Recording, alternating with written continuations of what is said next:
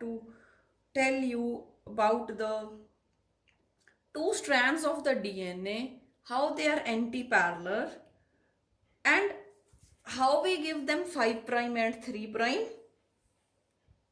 Why we use 5 prime and 3 prime for the DNA. So now students, you all know that DNA is made up of two strands. एक मैं red ना दिखाया है, एक blue ना. The DNA is made up of two strands, and these two strands are anti-parallel, means they are opposite. ਜਿਵੇਂ ਆਪਾਂ ਇੱਥੇ ਦੇਖ ਸਕਦੇ ਹਾਂ, ਇੱਕ ਸਾਈਡ ਤੇ ਮੈਂ 5 ਡੈਸ਼ ਲਿਖਿਆ, ਇਹ ਆਏ ਆਇਆ ਇਹ ਸਟ੍ਰੈਂਡ ਇਸ ਤਰ੍ਹਾਂ ਕੋਇਲ ਹੋ ਕੇ ਇਸ ਤਰ੍ਹਾਂ ਇੱਕ ਜਿਹੜਾ ਇਹਦਾ ਸਾਈਡ ਐਂਡ ਹੈ ਉਹ ਤੇ ਮੈਂ ਲਿਖਿਆ 3 ਡੈਸ਼. ਦੂਸਰਾ ਜਿਹੜਾ ਹੈ ਰੈੱਡ ਵਾਲਾ, ਉਹਦੇ ਮੈਂ ਉੱਪਰ ਲਿਖਿਆ 3, ਨੀਚੇ ਲਿਖਿਆ 5. ਇਹ ਚੀਜ਼ਾਂ ਦਾ ਕੀ ਮਤਲਬ ਹੈ? ਨਾ ਸਪੋਜ਼ ਆਪਾਂ ਦੇਖੀਏ ਕਿ ਬੇਟੇ ਆਪਾਂ ਮੰਨੀਏ ਕਿ ਆ ਇੱਕ DNA ਦਾ ਸਟ੍ਰੈਂਡ ਹੈ, ਜਿਹੜਾ ਮੇਰਾ ਨੇਲ ਹੈ that represents 5 ਪ੍ਰਾਈਮ ਐਂਡ ਇੱਧਰ 3 ਪ੍ਰਾਈਮ ਐਂਡ. ਠੀਕ ਹੈ, ਇੱਕ ਸਟ੍ਰੈਂਡ ਆ ਵਾਲਾ ਹੈ. ਠੀਕ ਹੈ, ਤੇ ਦੂਸਰਾ ਸਟ੍ਰੈਂਡ ਕਿੱਦਾਂ ਹੋਊਗਾ? ਇਸ ਤਰ੍ਹਾਂ. Means they are anti parallel, they are opposite. ਇੱਕ 5 ਡੈਸ਼ ਇੱਧਰ ਸੀ, ਜਿਹੜਾ ਮੇਰਾ ਨੇਲ ਹੈ 5 ਡੈਸ਼, ਦੂਸਰਾ ਨੇਲ ਮੇਰਾ ਇੱਧਰ ਹੈ, ਇਹਦਾ 5 ਡੈਸ਼ ਇੱਧਰ ਹੈ. ਤਾਂ ਜਿਹੜਾ ਉੱਪਰਲਾ ਸਟ੍ਰੈਂਡ ਹੈ that is from 5 dash to 3 dash, ਜਿਹੜਾ ਨੀਚੇ ਵਾਲਾ ਸਟ੍ਰੈਂਡ ਹੈ that is from 3 dash to 5 dash. And 5 dash here means is prime. It means prime.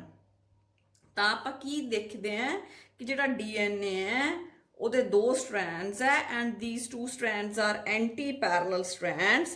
ਮਤਲਬ ਇੱਕ ਦੀ ਡਾਇਰੈਕਸ਼ਨ ਜੇ ਇੱਧਰ ਨੂੰ ਹੈ ਤਾਂ ਦੂਸਰੇ ਦੀ opposite ਹੈ.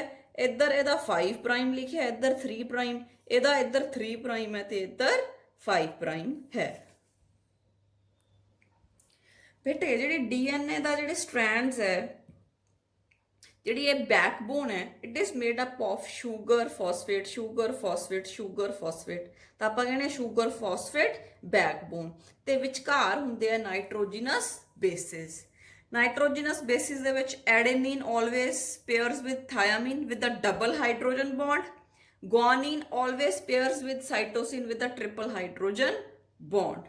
And the diameter of the DNA is constant. ਆਪਾਂ ਇੱਕ ਇਮੈਜਨਰੀ ਜਿਹੜੀ ਆ ਲਾਈਨ ਹੈ ਇਹਦੇ ਅਰਾਊਂਡ ਟਵਿਸਟ ਕਰਕੇ ਦਿਖਾਇਆ ਹੈ ਕਿ ਜਿਹੜਾ ਇਹਦਾ ਡਾਇਆਮੀਟਰ ਆ ਉਹ ਕੌਨਸਟੈਂਟ ਹੁੰਦਾ ਹੈ, ਬਿਕੋਜ਼ ਦੇਰ ਆਰ ਆਲਵੇਜ਼ 3 ਰਿੰਗਸ. 3 ਰਿੰਗਸ ਮੈਂ ਤੁਹਾਨੂੰ ਚੰਗੀ ਤਰ੍ਹਾਂ ਸਮਝਾਇਆ ਹੋਇਆ ਕਿ ਕਿਸ ਤਰ੍ਹਾਂ ਉਹਦਾ ਡਾਇਆਮੀਟਰ ਨੂੰ ਕੌਨਸਟੈਂਟ ਰੱਖਦੀਆਂ ਜਿਹੜੀਆਂ 3 ਰਿੰਗਸ ਹੈ. ਹੁਣ ਬੇਟੇ ਇਹ ਹੈ ਕੁਐਸਚਨ, ਇੱਥੇ ਇਹ ਹੈ ਜੋ ਮੈਂ ਸਮਝਾਉਣਾ ਚਾਹ ਰਹੀ ਹਾਂ, how to assign 5 prime and 3 prime. ਕਿਹੜੇ ਐਂਡ ਨੂੰ 5 ਪ੍ਰਾਈਮ ਕਹਿਣਾ ਹੈ ਤੇ ਕਿਹੜੇ ਐਂਡ ਨੂੰ 3 ਪ੍ਰਾਈਮ ਕਹਿਣਾ ਹੈ, ਰਾਈਟ? ਹੁਣ ਦੇਖੋ, ਅਗਰ ਆਪਾਂ ਇਸ ਜਿਹੜਾ ਸਟ੍ਰੈਂਡ ਸੀ, ਠੀਕ ਹੈ, ਇਹਦੀ ਡਿਟੇਲਡ ਸਟੱਡੀ ਕਰੀਏ ਤਾਂ ਆਪਾਂ ਨੂੰ ਪਤਾ ਹੈ ਜਿਹੜਾ DNA ਹੈ it is made up of sugar phosphate and nitrogenous bases. ਠੀਕ ਹੈ, ਸ਼ੂਗਰ ਫਾਸਫੇਟ ਤਾਂ ਬੈਕਬੋਨ ਹੈ. ਠੀਕ ਹੈ, ਆ ਮੈਂ ਜਿਹੜੀ ਦਿਖਾਈ ਹੈ ਤੇ ਸੈਂਟਰ ਦੇ ਵਿੱਚ ਕੀ ਪਈ ਹੈ? Nitrogenous base. ਆ ਬਲੂ ਕਲਰ ਦਾ ਜਿਹੜਾ ਮੈਂ ਦਿਖਾਇਆ it is a sugar, right? ਜਿਹੜਾ ਯੈਲੋ ਕਲਰ ਦਾ ਦਿਖਾਇਆ ਦਿਸ ਇਜ਼ ਅ ਫਾਸਫੇਟ. ਤਾਂ ਬਾਹਰ ਤਾਂ ਕੀ ਹੈ? ਸ਼ੂਗਰ ਫਾਸਫੇਟ, ਤੇ ਅੰਦਰ ਕੀ ਹੈ? Nitrogenous basis. ਹੁਣ ਬੇਟੇ ਕੀ ਹੁੰਦਾ ਹੈ, ਆ ਇੱਕ ਸਟ੍ਰੈਂਡ ਹੈ ਸਪੋਜ਼, ਮਤਲਬ ਆ ਇੱਕ ਜਿਹੜਾ ਸੀਗਾ ਇੱਕ ਸੀਕੁਐਂਸ ਜਿਹਾ ਹੈਗਾ, ਠੀਕ ਹੈ, ਇਹ ਆ ਇੱਕ ਸਟ੍ਰੈਂਡ ਹੈ, ਆ ਦੂਸਰਾ ਸਟ੍ਰੈਂਡ ਹੈ, ਆ ਇੱਕ ਸਟ੍ਰੈਂਡ, ਆ ਦੂਸਰਾ ਸਟ੍ਰੈਂਡ ਹੈ. ਹੁਣ ਆ ਜਿਹੜਾ ਸਟ੍ਰੈਂਡ ਹੈ ਜੇ ਆਪਾਂ ਇਹਦੀ ਗੱਲ ਕਰੀਏ ਤਾਂ ਇਹਦੀ ਆ ਜਿਹੜੀ ਬਲੂ ਕਲਰ ਦੀ ਮੈਂ ਸ਼ੂਗਰ ਦਿਖਾਈ ਹੈ, ਰਾਈਬੋਸ ਸ਼ੂਗਰ, ਇਹਦਾ ਜਿਹੜਾ 5th ਕਾਰਬਨ ਹੈ ਉਹਦੇ ਉੱਪਰ ਫਾਸਫੇਟ ਗਰੁੱਪ ਲੱਗਿਆ. ਠੀਕ ਹੈ, ਤੇ ਇਹ ਸਟ੍ਰੈਂਡ ਹੈ ਜਿਹੜਾ ਸਪੋਜ਼ ਆ ਇੱਕ ਸਟ੍ਰੈਂਡ ਹੈ, ਆ ਇੱਕ ਸਟ੍ਰੈਂਡ ਹੈ. ਇਹ ਜਿਹੜਾ ਸਟ੍ਰੈਂਡ ਹੈ ਬੇਟੇ ਇਹ ਕਿੱਥੋਂ ਸ਼ੁਰੂ ਹੋ ਰਿਹਾ? ਫਾਸਫੇਟ ਤੋਂ ਸ਼ੁਰੂ ਹੋ ਰਿਹਾ. ਆ ਇੱਕ ਸਟ੍ਰੈਂਡ ਹੈ, ਠੀਕ ਹੈ, ਆ ਦੂਸਰਾ ਸਟ੍ਰੈਂਡ ਹੈ. ਆ ਦੋਨੋਂ ਐਂਟੀ ਪੈਰਲਲ ਹੈ. ਦੇਖੋ, ਇਹਦਾ ਫਾਸਫੇਟ ਉੱਪਰ ਹੈ ਤੇ ਇਹਦਾ ਨੀਚੇ, ਤਾਂ ਆਪਾਂ ਕੀ ਕਵਾਂਗੇ? ਐਂਟੀ ਪੈਰਲਲ ਹੈ. ਹੁਣ ਦੇਖਣਾ ਵੀ ਆਪਾਂ 5 ਪ੍ਰਾਈਮ ਤੇ 3 ਪ੍ਰਾਈਮ ਕਿਵੇਂ ਅਸਾਈਨ ਕਰਨਾ ਹੈ. ਦੀ ਕੁਐਸਚਨ ਇਜ਼ ਦਿਸ. ਰਾਈਬੋਸ ਸ਼ੂਗਰ ਦੇ 5th ਕਾਰਬਨ ਤੇ ਫਾਸਫੇਟ ਗਰੁੱਪ ਲੱਗਿਆ ਹੈ ਤੇ ਜਿਹੜਾ ਮੇਰਾ ਆ ਇਧਰਲਾ ਸਟ੍ਰੈਂਡ ਹੈ ਇਹ ਫਾਸਫੇਟ ਗਰੁੱਪ ਤੋਂ ਸ਼ੁਰੂ ਹੋ ਰਿਹਾ ਹੈ। The strand which starts with the phosphate group, ਜਿਹੜਾ ਸਟ੍ਰੈਂਡ ਫਾਸਫੇਟ ਗਰੁੱਪ ਤੋਂ ਸ਼ੁਰੂ ਹੁੰਦਾ ਹੈ, that is called as 5 prime. This is called as 5 prime. ਮਤਲਬ ਜਿਹੜਾ ਸਟ੍ਰੈਂਡ ਜਿਹਦੀ ਸ਼ੁਰੂਆਤ ਜਿਹਦੇ ਸਭ ਤੋਂ ਪਹਿਲਾਂ ਫਾਸਫੇਟ ਆਉਂਦਾ ਹੈ, that is called as 5 prime. 5 prime ਕਿਉਂ ਕਿਹਾ? ਕਿਉਂਕਿ ਜਿਹੜਾ ਫਾਸਫੇਟ ਹੁੰਦਾ ਉਹ 5th ਕਾਰਬਨ, ਜਿਹੜਾ ਸ਼ੂਗਰ ਹੈ ਰਾਈਬੋਸ ਸ਼ੂਗਰ, ਉਹਦੀ ਜਿਹੜੀ 5th ਕਾਰਬਨ ਹੈ ਉਹਦੇ ਉੱਪਰ ਫਾਸਫੇਟ ਗਰੁੱਪ ਲੱਗਿਆ ਹੈ। ਇਸ ਕਰਕੇ ਜਿਹੜਾ ਬਲੂ ਸਟ੍ਰੈਂਡ ਸੀ ਆਪਾਂ ਉਹਨੂੰ 5 ਪ੍ਰਾਈਮ ਕਿਹਾ। 5 ਪ੍ਰਾਈਮ ਇਹਨੂੰ ਮੰਨਦੇ ਆਪਾਂ ਬਲੂ ਸਟ੍ਰੈਂਡ ਹੈ, ਇਹਨੂੰ 5 ਪ੍ਰਾਈਮ ਕਿਉਂ ਕਿਹਾ? ਕਿਉਂਕਿ this strand starts with the phosphate group which is linked to the 5th carbon of the ribose sugar। ठीक है, फिर बेटे ਜਿਹੜਾ ਸਟ੍ਰੈਂਡ ਅੱਗੇ ਦੀ ਅੱਗੇ ਚੱਲਦਾ ਗਿਆ ਇੱਥੋਂ ਸ਼ੁਰੂ ਹੋਇਆ, ਇੱਥੇ ਫਾਸਫੇਟ ਸੀ ਜਦੋਂ ਸ਼ੁਰੂ ਹੋਇਆ ਆਇਆ ਤਾਂ ਐਂਡ ਤੇ ਕੀ ਆ ਗਿਆ ਇਹਦੇ? ਆਪਾਂ ਦੇਖਦੇ ਆਂ ਆ ਸ਼ੂਗਰ ਸੀ ਤੇ ਇਹਦੇ ਤੇ ਜਿਹੜਾ 3 ਪ੍ਰਾਈਮ ਐਂਡ ਸੀ ਸ਼ੂਗਰ ਦਾ, ਜਿਹੜਾ 3 ਕਾਰਬਨ ਹੈ, 3rd ਕਾਰਬਨ ਹੈ, ਠੀਕ ਹੈ, ਉਹਦੇ ਤੇ ਲੱਗਿਆ ਜਿਹੜਾ ਹੈ OH ਗਰੁੱਪ। 3rd ਕਾਰਬਨ ਤੇ ਕੀ ਲੱਗਿਆ? OH group. ਠੀਕ ਹੈ, ਆ ਸਟ੍ਰੈਂਡ ਸੀ ਬਲੂ ਕਲਰ ਦਾ ਸਟ੍ਰੈਂਡ ਸੀ, ਇਹ ਸ਼ੁਰੂ ਹੋਇਆ ਫਾਸਫੇਟ ਗਰੁੱਪ ਨਾਲ। ਜਿਹੜਾ ਫਾਸਫੇਟ ਗਰੁੱਪ ਹੁੰਦਾ ਉਹ ਸ਼ੂਗਰ ਦੀ 5th ਕਾਰਬਨ ਨਾਲ ਲੱਗਿਆ ਹੁੰਦਾ, ਇਸ ਕਰਕੇ ਇਹਨੂੰ ਕਹਿੰਦਾ 5 ਪ੍ਰਾਈਮ। ਇਹ ਜਿਹੜਾ ਸਟ੍ਰੈਂਡ ਆਇਆ ਕੋਇਲ ਹੋਇਆ ਇੱਥੇ ਆ ਕੇ ਐਂਡ ਹੋ ਰਿਹਾ ਹੈ ਤੇ ਇੱਥੇ ਜਦੋਂ ਐਂਡ ਹੋ ਰਿਹਾ ਹੈ ਆਪਾਂ ਇੱਥੇ ਕੀ ਦੇਖਦੇ ਆਂ ਕਿ ਜਿਹੜਾ ਕਾਰਬਨ ਨੰਬਰ 3 ਹੈ, ਜਿਹੜਾ ਰਾਈਬੋਸ ਸ਼ੂਗਰ ਹੈ, ਉਹਦਾ ਜਿਹੜਾ 3rd ਕਾਰਬਨ ਹੈ ਉਹਦੇ ਤੇ OH ਹਾਈਡਰੋਕਸਲ ਗਰੁੱਪ ਲੱਗਿਆ ਤੇ ਇਹ ਸਟ੍ਰੈਂਡ ਹਾਈਡਰੋਕਸਲ ਗਰੁੱਪ ਨਾਲ ਐਂਡ ਹੋ ਰਿਹਾ ਹੈ।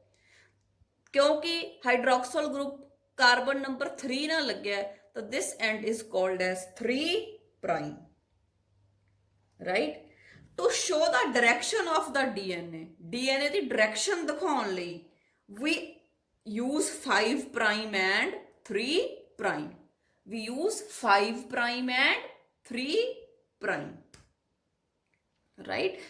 I suppose ਤੁਹਾਨੂੰ ਸਮਝ ਆ ਗਿਆ। ਹੁਣ ਆ ਇੱਕ ਹੋਰ ਸਟ੍ਰੈਂਡ ਸੀ, ਸਪੋਜ਼ ਆ ਤਾਂ ਬਲੂ ਸਟ੍ਰੈਂਡ ਸੀ, 5 ਨਾਲ ਸ਼ੁਰੂ ਹੋਇਆ, ਫਾਸਫੇਟ ਨਾਲ ਸ਼ੁਰੂ ਹੋਇਆ। ਜਿਹੜਾ ਸਟ੍ਰੈਂਡ ਫਾਸਫੇਟ ਨਾਲ ਸ਼ੁਰੂ ਹੁੰਦਾ ਉਹਨੂੰ ਕਹਿੰਦੇ ਆ 5 ਪ੍ਰਾਈਮ, ਕਿਉਂਕਿ ਫਾਸਫੇਟ 5th ਕਾਰਬਨ ਤੇ ਲੱਗੀ ਹੈ।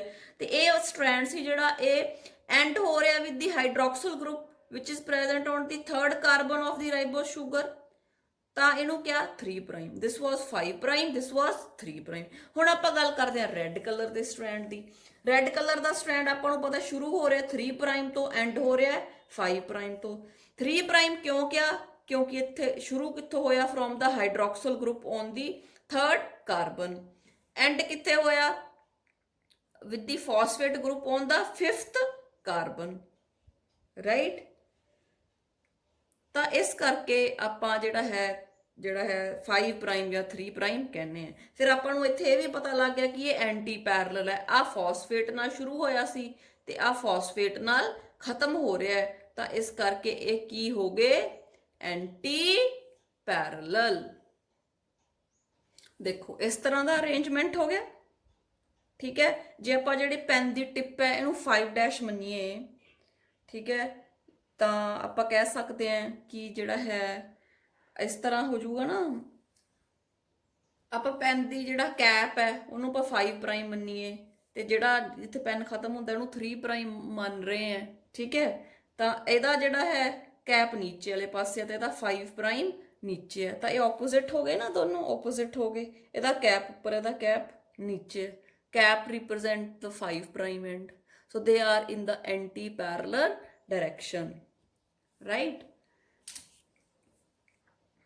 So beta 5 prime and 3 prime refers to the carbon in the sugar molecule, right? I suppose this is clear how we assign 5 prime and 3 prime to the anti parallel strands of the DNA। ਬੇਟੇ ਬਹੁਤ ਜ਼ਰੂਰੀ ਹੈ, ਕਿਉਂਕਿ ਅੱਗੇ ਜਦੋਂ ਮੈਂ replication transcription translation ਵਰਗੇ processes ਕਰਾਉਣੇ ਆ ਸਾਰੇ, ਤਾਂ I am going to say 5 prime 3 prime, ਤਾਂ ਹੁਣ ਤੁਹਾਨੂੰ ਸਮਝ ਆ ਜਾਣੀ ਚਾਹੀਦੀ ਹੈ ਕਿ 5 ਪ੍ਰਾਈਮ ਕਿੱਥੋਂ ਸ਼ੁਰੂ ਹੋ ਰਿਹਾ ਤੇ 3 ਪ੍ਰਾਈਮ ਕਿੱਥੋਂ ਸ਼ੁਰੂ ਹੋ ਰਿਹਾ, ਐਂਟੀ ਪੈਰਲਲ ਕਿਉਂ ਕਹਿ ਰਹੇ ਆ।